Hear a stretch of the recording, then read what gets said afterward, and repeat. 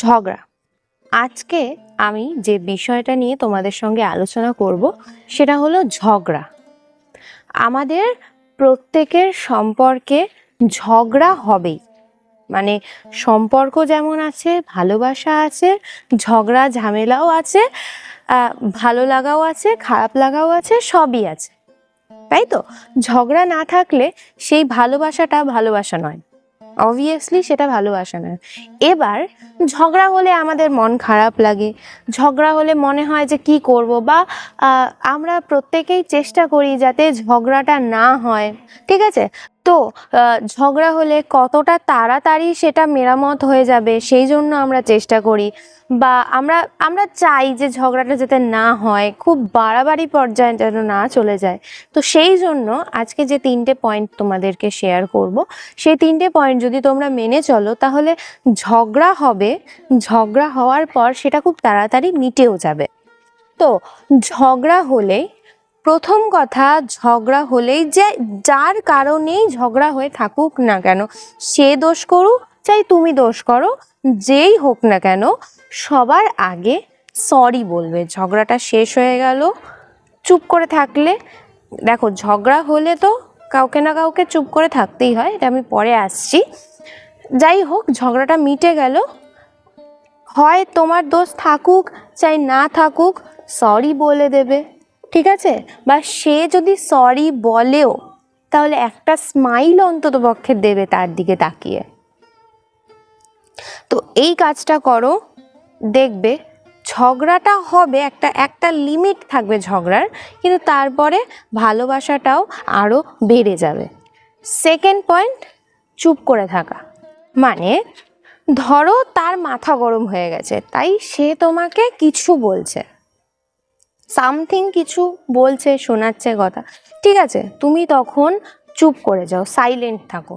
দরকার নেই তোমার কারণ দেখানোর, দরকার নেই যে না তুমি কেন করছো, এটাতে তোমার ভুল আছে, তার এই আছে সেই আছে, ভুল ধরানোর দরকার নেই। সেই সময় ভুল ধরাবে না তাই বলে ধরাবে, অবভিয়াসলি তার ভুলটা তো তাকে ধরাতেই হবে, তার ভুলটা তো তাকে বোঝাতেই হবে, কিন্তু কখন বোঝাবে সেটা পরে। এই যে ঝগড়াটা মিটে যাবে, তারপরে তার মাথাটা ঠান্ডা হবে, তারপরে তাকে এক কাপ কফি ধরিয়ে দেবে তার হাতে।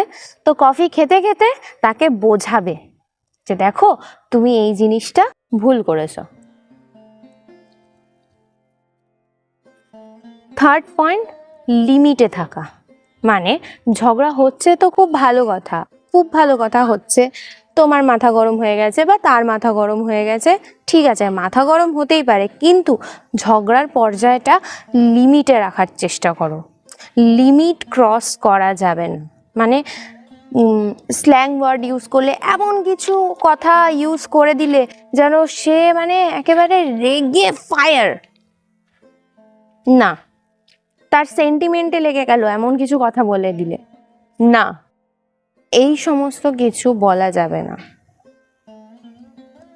যদি এই সমস্ত কিছু বলে দিয়েছো তাহলে কিন্তু তোমার হাতের বাইরে চলে গেল সেই মানুষটা, তার কাছে তোমার একটা ইমেজ খারাপ হয়ে গেল। এবং এই জিনিসগুলো তাকেও বলে রাখো, সে যখন মাথা গরম করে ফেলবে এই কাজগুলো যেন সে তোমার সঙ্গে না করে থাকে।